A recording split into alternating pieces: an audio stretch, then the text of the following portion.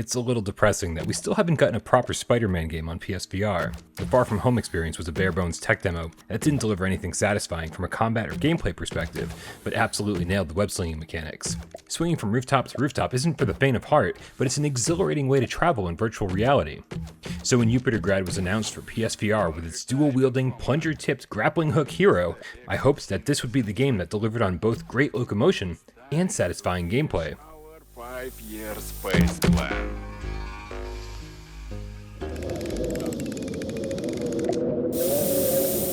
In Yupitergrad, you'll play as an unsuspecting cosmonaut that's been brought to a deserted space station. A few things need to be repaired and a few buttons need to be pushed, so you'll be following instructions going from room to room, basically doing whatever you're told. But the things you're being asked to do are really boring and monotonous, so the real gameplay actually comes from trying to make your way from place to place. Because in Yupitergrad, you don't walk, you swing, and luckily Yupitergrad's controls feel pretty spot on. Your plungers can fire an infinite distance in any direction, and as long as they hit something blue, they'll stick to it.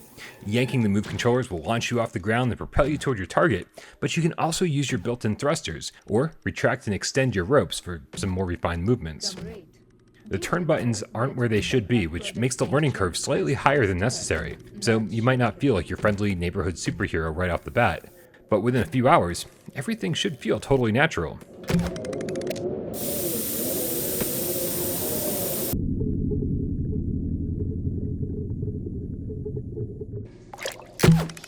The problem with this is twofold. First, by the time you get the controls down, the campaign is basically over. It's only about 2 hours total, and it's filled to the brim with the second issue.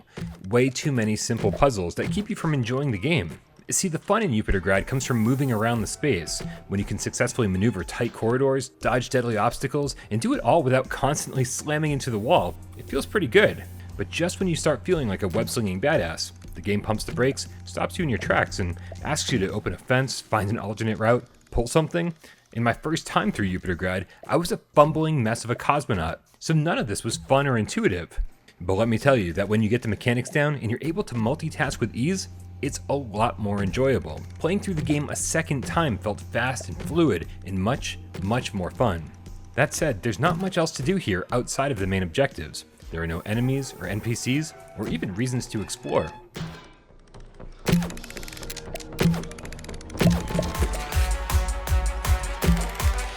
Where you'll really be able to stretch your legs and test your agility, however, is in the alternate Time Trials game mode, which gives you 20 brand new levels to speedrun. And back in the lobby, there are online leaderboards to see how you fare against your friends. And this is where you can sink a lot of hours into Yupitergrad. These stages are fun, challenging, and addictive.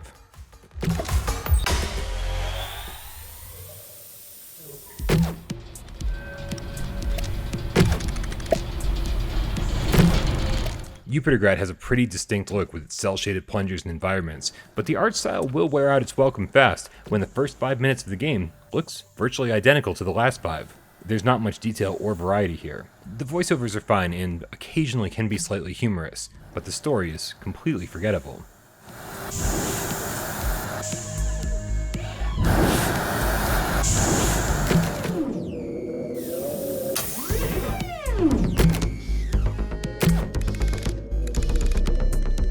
Ultimately, I'm really glad I played through Yupitergrad twice. The controls probably took me longer to acclimate to than they should have, but once I got the hang of it, I was having a blast. The campaign isn't terribly long, but the $15 price tag feels right, so if you're looking for your next web-slinging adventure, you might have just found it.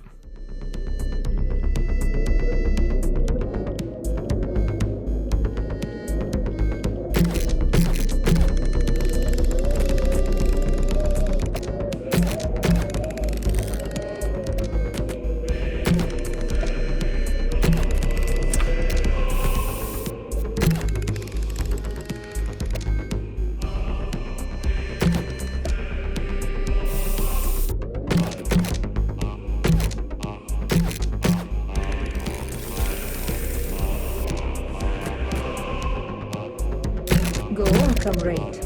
You are doing great. I could even get excited, if I could.